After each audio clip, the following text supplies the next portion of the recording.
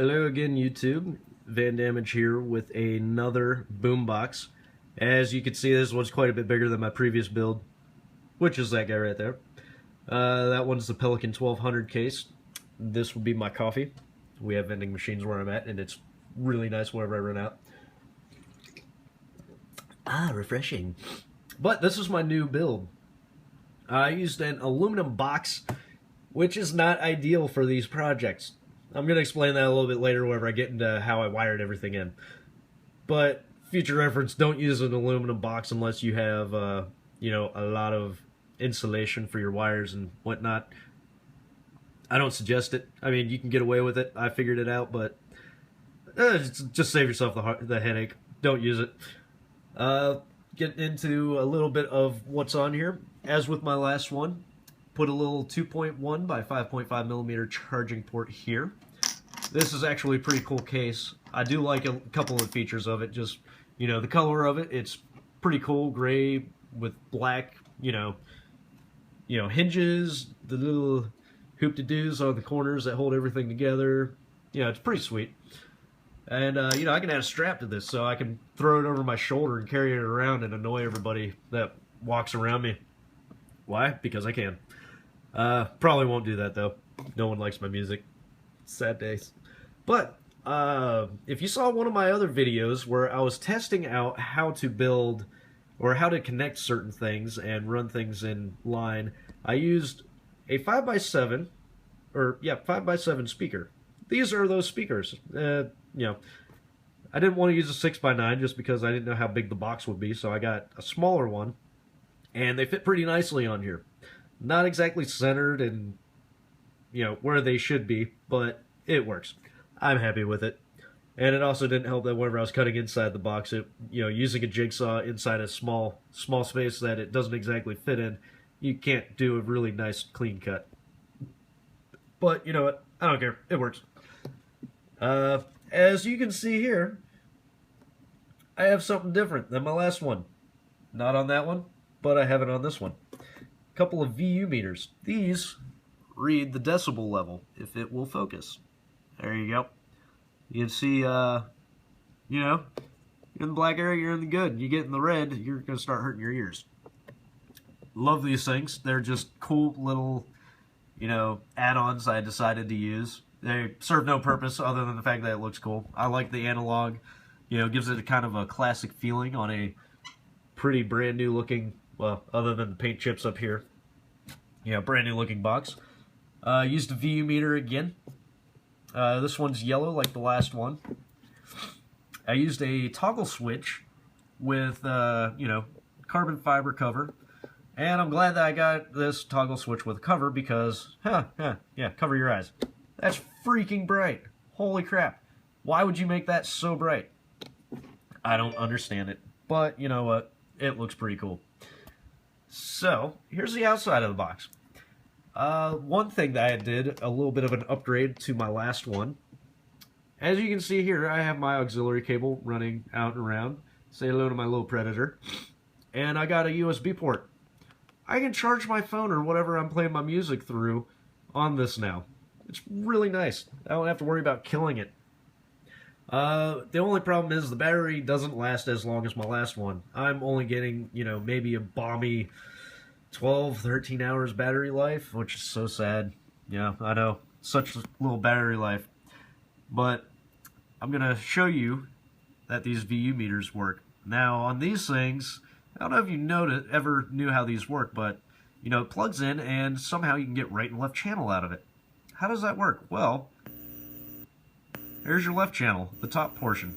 As you can see, the left VU meter is bouncing up and down, and you're getting feedback through the speaker from my thumb touching it. Oh, so how do you get the right channel? Touch that middle section. The VU meter bounces up. You can get both of them to sound at the same time. But yeah, the VU meters work, which is pretty freaking sweet. They look really cool whenever you're playing music, especially at higher volumes, because they bounce up and down and just looks really cool. But let's get on the inside of this and see what exactly is going on. Before I do that, always power off. You don't want to stick your hand in here and get shocked. That is not exactly what you call a fun experience. It is quite shocking. Alright, so as you can see, there's a little bit of craziness going on in here. This right here is the wire bundle that actually the sound travels through. It's a very, very long wire. It's a marine adapter thingy. I don't know what they called it. I forget right now. But basically it's made for, boats and whatnot because it has, rubber plugs on it that make it waterproof, so you don't have to worry about shortening anything out. But this box is obviously not waterproof because it's not designed for that. Sorry, getting over a little bit of a cold here. As you can see, it's pretty much wired exactly the same. Here's the charging port, comes in, goes up and around to the battery, plugs straight into it, and then I got the battery running off of, I got the wire coming off straight off the battery to another 10 amp fuse. Don't want to fry my components, especially that guy. That's not cheap. Now there's this guy. Got a little bit more powerful of an amplifier, which is why the battery life is cut down by like a third. It's only a third of what my previous build does. The reason for that is this is a 100-watt amplifier. So I'm getting 50 watts per channel. And I love it. It's got a bigger sound to it. I got a little bit more options on it. You can't really see because it's easier to have all the wires running all out into the open, into the wild, and just put your controls there. I know which one's what, so I can adjust to things as I need. Here's the VU meter board. Let me move that guy out the way a little bit. As you can see, here's where it gets power from. Just put your positive, negative terminals in there. And, that's how you power it up. And then you got 8 cables coming out of it. That's a lot of cables. So, 4 wires per VU meter. And that's what gets it going.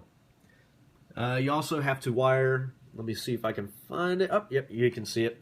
You also have to wire the positive channel from the, the speaker wire running, the wires running to the speakers. You have to go from the positive of the left and right channel and run it to this board right here. That's how it reads the decibel level. You just have to, send a little bit of signal to that and then it'll read it, which is pretty cool. This is pretty much the same exact build as my last box. The only difference is I have a VU meter. My last one I put Bluetooth in it. I'm going to put Bluetooth in this one. That I might put it in this one. I might end up moving all of this stuff into a different Pelican case just because I like how this box looks, but I'm not entirely happy with the box itself. But it works. It's good. As you can see, it's just a little bit different than my last build. Bigger everything. Here's a toggle switch, right? If I can figure out my finger. With this toggle switch, you actually have to ground it out. So that's where these wires kind of back here, it's all kind of tangled together because I have so many wires running to and from everything. Mounted it. Oh, yes. And remember how I said, aluminum cases, they look great, but I wouldn't suggest using metal because it's kind of a pain to work around the electronics. Well, the reason why is because you're using metal screws everywhere. It's touching the metal to the box itself, which then touches the screws to your amplifier. And then you go to a common ground because you're like, oh, that'll work. It worked the last time. I'll do it this time. It doesn't work because you end up grounding everything to one common ground like I did here. And, you can see here's where all my grounding wires run. I got 2 wires running in each direction, so 4 total. But the problem is you ground here. It grounds to the box, which grounds to your amplifier. Now, outside of your amplifier, cool, perfectly fine. Except for the fact that you're going to get a lot of feedback from it, which is this aggravating, really annoying buzzing sound that never goes away. I spent about an hour and a half rewiring and figuring everything out just so that I could see why it was buzzing. And then found out it was because my ground was connected to literally every component in here, which doesn't sound too nice. So, I don't have a common ground. I just wired everything in together in one spot. Close it up. So, as you saw earlier, I was able to show you a little bit on the VU meters, show you what they look like when they're bouncing around, just off of feedback from touching it. Let's give you a little bit of music to listen to. That is not my password. There we go. Oh, that tastes lovely. All right, so let's test these bad boys out.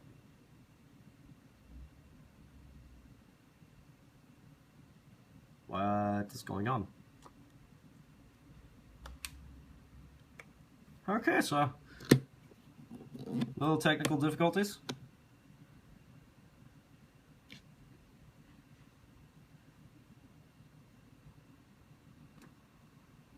You damn box, you. I